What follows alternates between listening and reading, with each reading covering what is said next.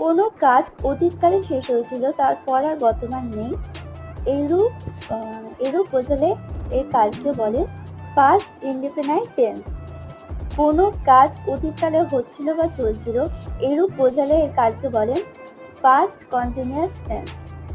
অতীতকালে একটি কাজের পূর্বে আরেকটি কাজ সংঘটিত হয়েছিল, এরূপ বোঝালে কালকে পাস্ট পারফেক্ট টেন্স বলে।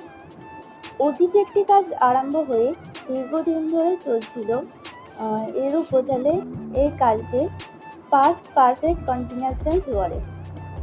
ফিউচার টেন্স, কোনো কাজ ভবিষ্যৎকালে সংঘটিত হবে, এরূপ বোঝালে এই কালকে বলে ফিউচার ইনডেফিনাইট টেন্স।